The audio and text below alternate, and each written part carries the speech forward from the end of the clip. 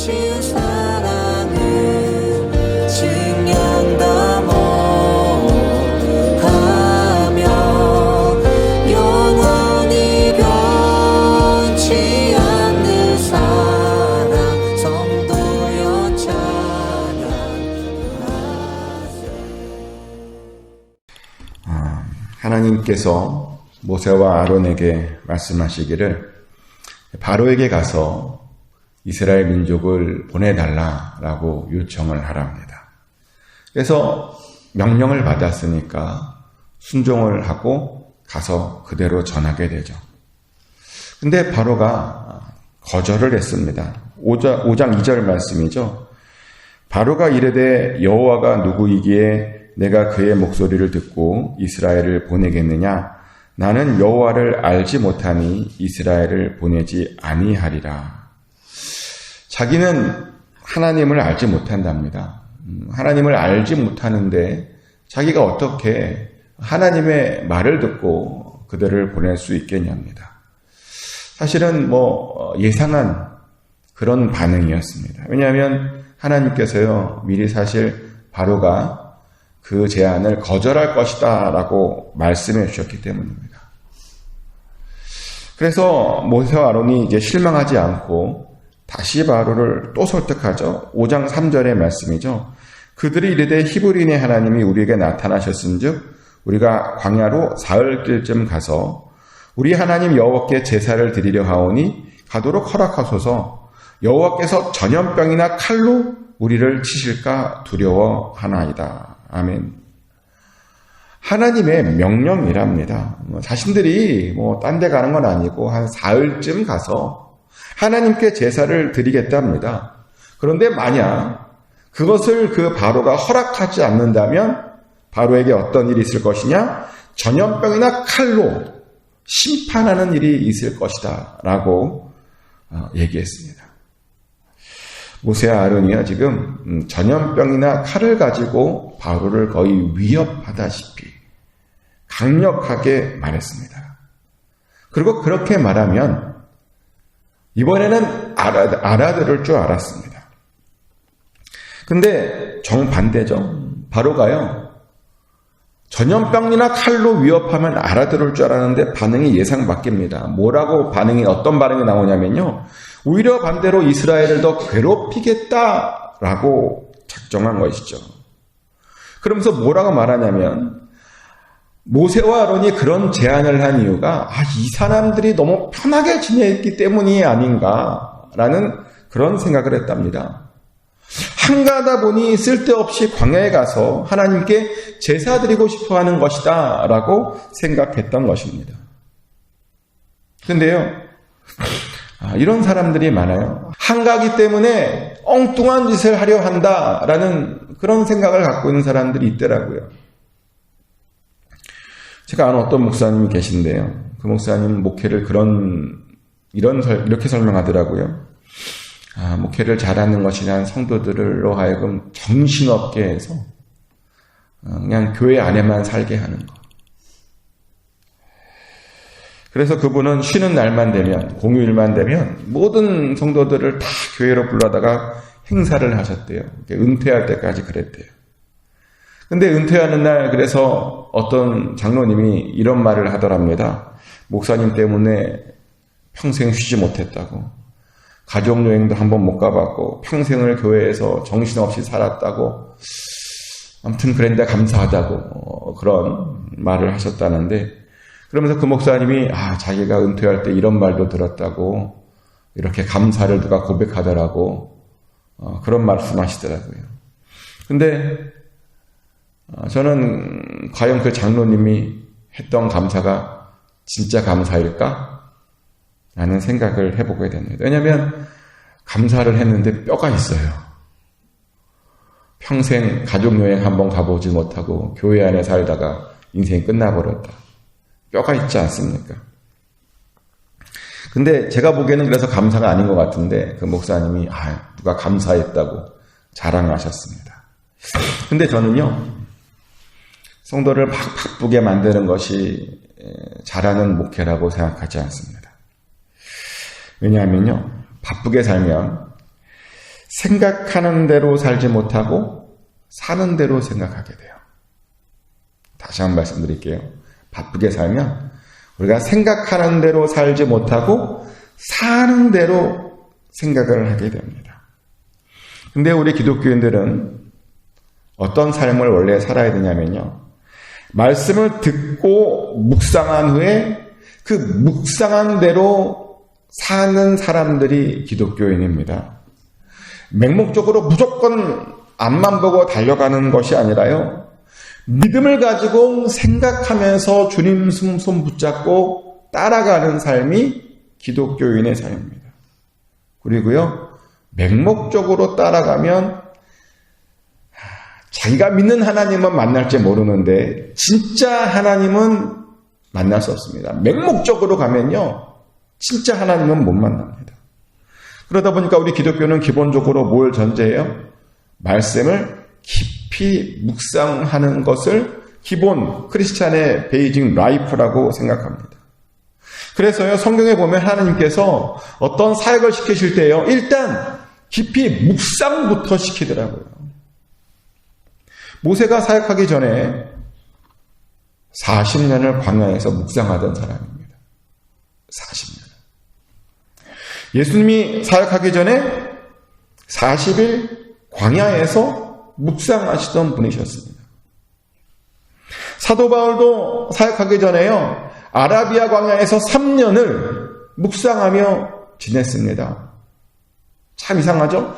본격적으로 뭘 하기 전에요. 하나님께서 아무것도 하지 말고 하나님만 바라보는 하나님의 말씀만 묵상하는 그런 시간들을 일부러 갖게 하셨다는 겁니다. 왜냐하면 묵상을 해야 우리가 진짜 하나님을 만날 수 있는 거거든요. 생각을 해야 하나님의 참 진리를 발견할 수 있기 때문입니다. 근데요, 어떤 지도자들은 사람들이 생각하는 것을 싫어합니다. 왜냐하면 사람들이 생각하기 시작하면요, 자기 멋대로 할 수 없거든요. 애굽왕도 마찬가지였습니다. 애굽왕은 자기 마음대로 애굽을 통치하고 싶었습니다. 사람들의 여유 있게 생각하며 사는 것을 원하지 않았습니다. 그래서 일부러 사람들을 더 바쁘게 만들었던 것입니다. 예전에는 벽돌에 쓸 집을 주어가면서 벽돌 만들려고 했는데 집을 안 주겠답니다. 이스라엘 사람들이 집 알아서 구해서 벽돌을 만들랍니다. 예전과 똑같은 수의 벽돌을 그들이 만들어야 한답니다. 때문에 이스라엘 사람들이요, 더 힘들어졌고 더 피곤해졌고 더 여유가 없어졌습니다. 그래서 그들이 화가 나서요, 항의를 해요. 왜 이렇게 대우하냐 우리를. 왜 우리에게 집도 안 주고 벽을 만들라 그러냐.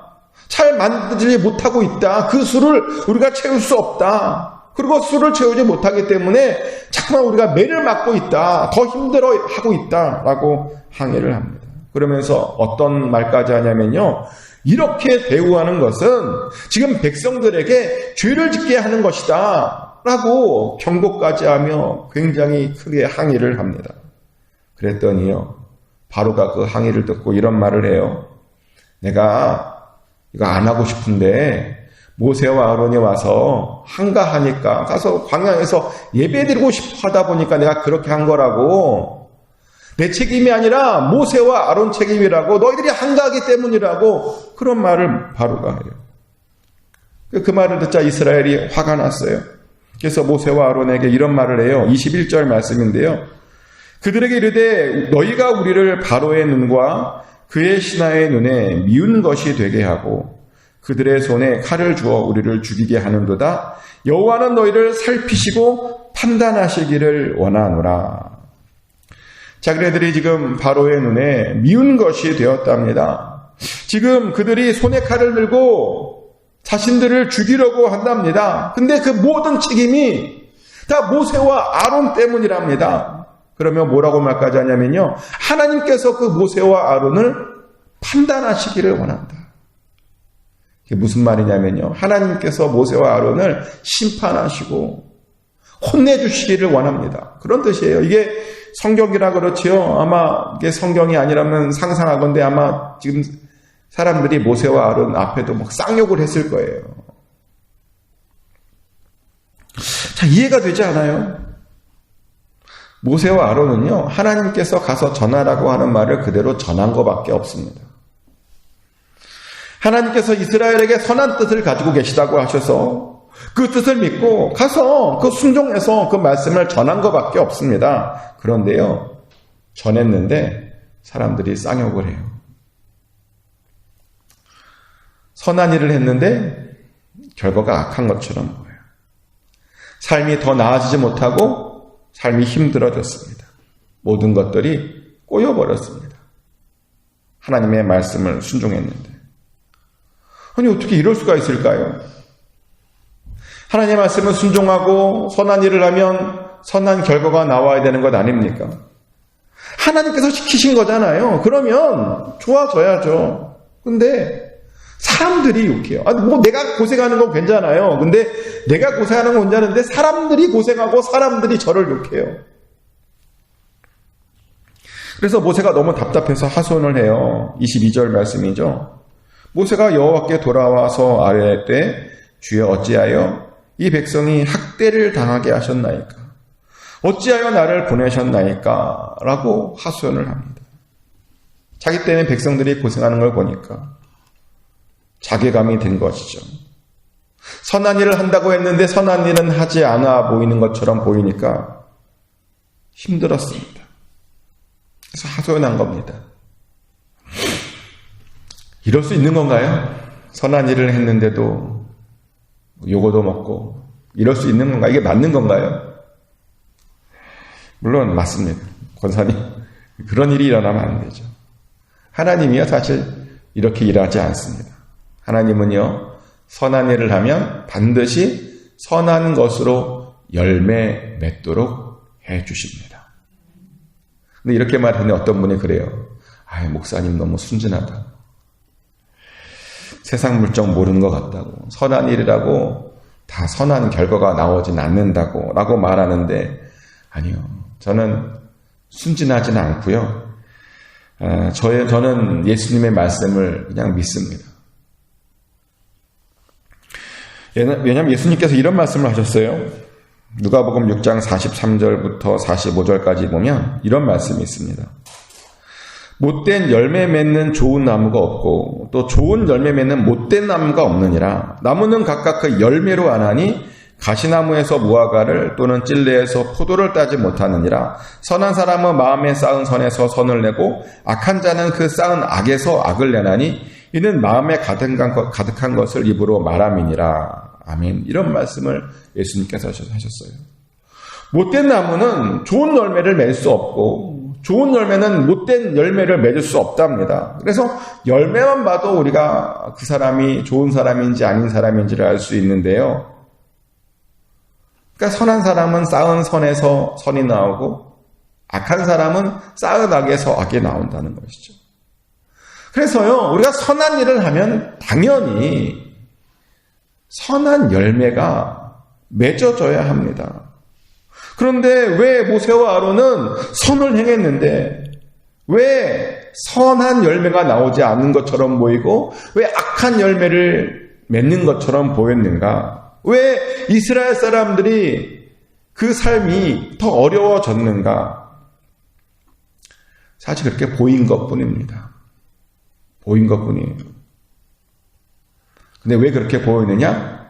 우리가요, 너무 인생을 한 부분만 보려고 해요. 한 부분만, 잠깐만 보려고 한다는 겁니다.